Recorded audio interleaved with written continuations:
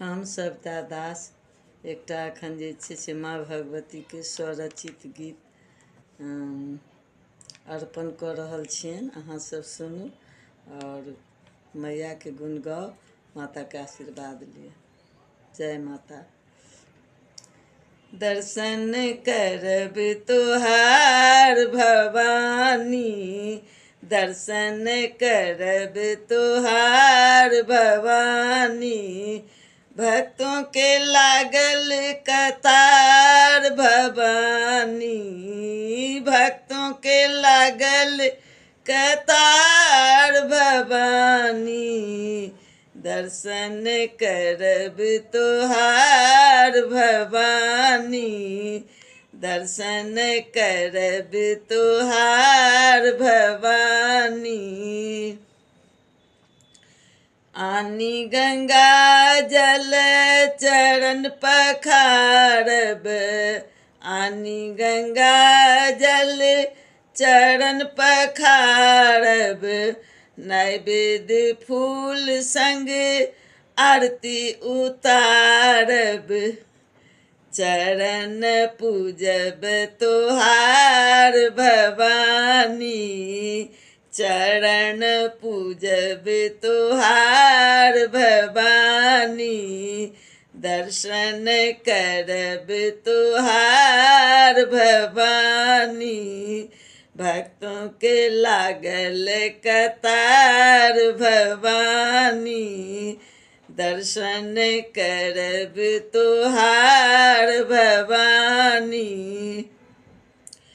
लाल चुनरिया अहाँके चढ़ाओल, लाल चुनरिया माँ अहाँके चढ़ाओल, नूपुर पायल सेहो पहिराओल, नूपुर पायल सेहो पहिराओल, नूपुर करत झनकार भवानी, नूपुर करत झनकार भवानी, दर्शन करब तोहार भवानी, भक्तों के लागल कतार भवानी, दर्शन करब तोहार भवानी।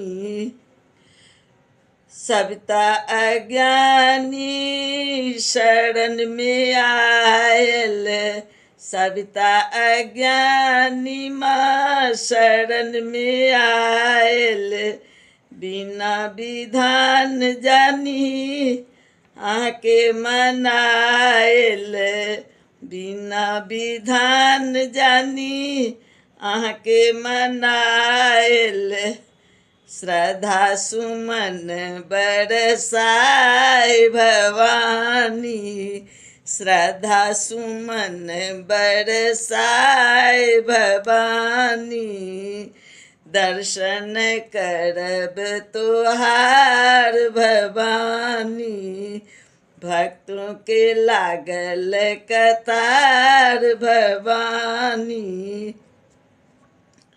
दर्शन दय मैया भक्त के उबारू, दर्शन दय मैया भक्त के उबारू, दिन दुखी के आबो समारू, दिन दुखी के माँ आबो समारू, अहाँ के महिमा अपार भवानी, अहाँ के महिमा अपार भवानी, दर्शन करब तोहार भवानी, भक्तों के लागल कतार भवानी, भक्तों के लागल कतार भवानी, दर्शन करब